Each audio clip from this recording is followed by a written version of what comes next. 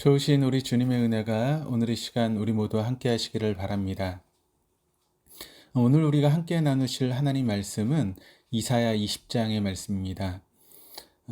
하나님께서는 이사야 선지자에게 하나님의 경고의 말씀을 전하도록 하셨습니다.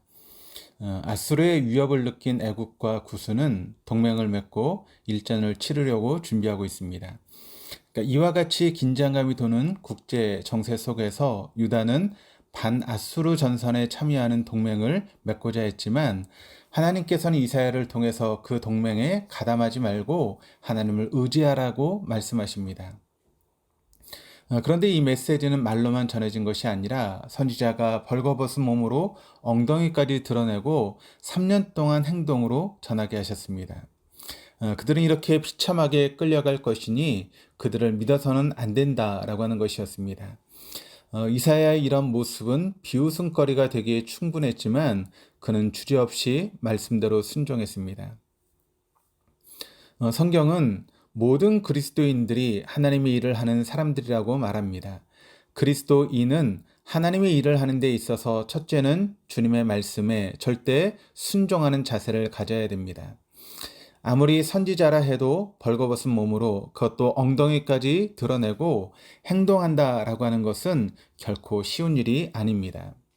그것도 하루 이틀이 아니라 3년 동안이나 그렇게 행했습니다. 이렇게 순종하는 것이 쉽지 않지만 순종했던 것이죠. 만일 이사야에게 말씀하셨던 것을 우리에게 말씀하셨다면 우리는 과연 이사야처럼 순종할 수 있을까요? 하나님의 부르심을 받는 사람들은 많지만 순종하는 사람은 그리 많지 않습니다. 어떤 사람은 자신의 사회적인 지위와 체면으로 볼 때 그런 일은 맞지 않는다라고 생각을 합니다. 지나온 과거를 돌이켜 볼 때 내 위신에 맞지 않는 일을 하도록 부르심을 받았다고 생각해 본 적은 없습니까? 그때 어떻게 행동하셨나요? 순종입니까? 아니면 회피입니까? 교회에 여러 봉사자들이 있습니다. 청소기를 돌리고 걸레를 들고 화장실을 청소하는 것은 내 신분에 맞지 않는 일일까요? 내 신분과 맞지 않기 때문에 순종이 어렵다라고 생각합니까? 어떤 사람은 순종하고 싶지만 순종이 안 된다라고 말씀하시는 분도 있습니다. 거기에는 자기만 아는 이유가 있습니다. 순종하기 위해서는 먼저 잘 들어야 됩니다.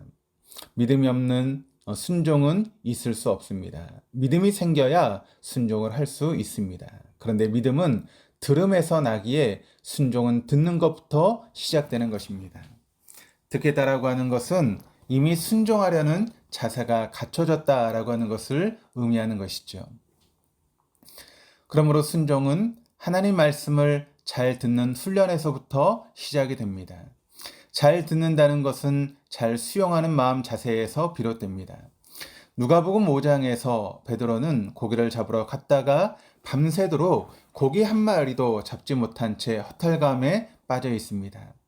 예수는 베드로에게 깊은 데로 가서 그물을 내리라고 하셨습니다. 예수님의 말씀은 베드로의 경험으로 비추어 볼 때 불합리한 말씀이었습니다. 갈릴리 호수는 밤에 고기가 잘 잡히는데 날이 환하게 밝았으니 그물 던질 시간이 아니었습니다. 또한 물고기의 먹이가 많이 있는 얕은 곳에 그물을 던져야 되는데 깊은 곳에 던지라고 하시니 고기를 잡는 데 있어서 전문가였던 베드로가 보기에 분명히 그것은 틀린 이야기입니다. 더구나 예수님은 목수 출신 아니십니까? 어부에게 고기 잡는 법을 가르쳐 준다라고 하는 것은 목수 출신 예수님이 또 어부 출신인 베드로에게 그와 같은 것을 가르쳐 준다라고 하는 것은 누가 봐도 맞지 않는 일입니다. 그렇지만 베드로는 말씀에 의지하여 그물을 내리겠다라고 순종하며 던졌더니 엄청난 고기를 잡아 올리게 되었습니다. 예수님 먼저 베드로에게 배를 육지에서 조금 뛰기를 청하시고 배에서 무리를 가르치셨습니다. 그 말씀을 마치시고 베드로에게 말씀하셨던 것입니다. 베드로는 예수의 말씀을 들었기 때문에 믿음이 생긴 것입니다. 믿음은 들음에서 나고 들음은 그리스도의 말씀으로 말미암는다라고 했습니다. 하나님 말씀에 순종하려면 먼저 하나님 말씀을 듣는 일에 우리는 언제나 최선을 다하여야만 하는 것입니다. 때론 우리가 순종한 후에도 좋은 결과만 기대하지 말아야 됩니다. 일반적으로 순종한 후에는 복을 받고 형통하고 잘 되기를 기대합니다. 그러나 순종했지만 결과가 우리가 생각하는 대로 이루어지지 않을 수도 있습니다. 그렇다고 실망해서는 안 됩니다. 이사야가 하나님의 소명을 받았을 때 가서 전해도 듣지 않을 것을 알았습니다. 그래도 그는 가서 전하였습니다. 그럼에도 불구하고 하나님께서 전할 것을 요구하셨기에 말씀에 순종했습니다. 이사야가 이렇게 온몸으로 말씀을 전했을 때 듣고 순종했다면 얼마나 좋았을까요?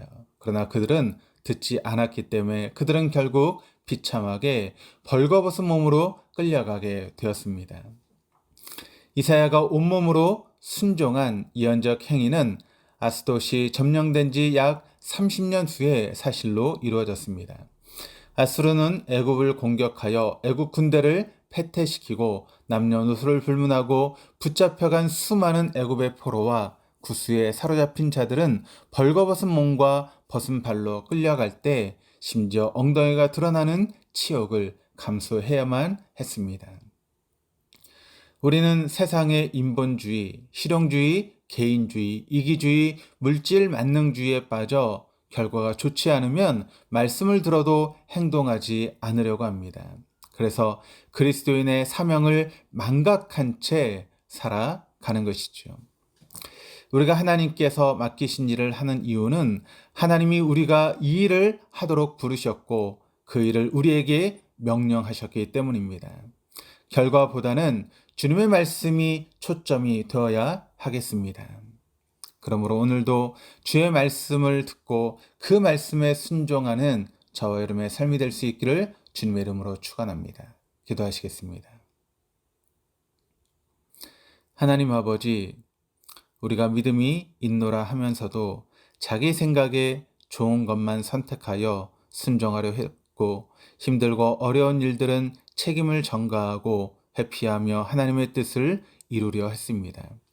아버지께서 잘못된 믿음을 책망하시고 가르쳐 주셔서 바른 믿음을 갖게 하시고 하나님의 뜻을 바로 실천하며 순종하며 주님의 뜻을 이루어가게 하여 주옵소서. 감사드리며 예수 그리스도 이름으로 기도드립니다. 아멘.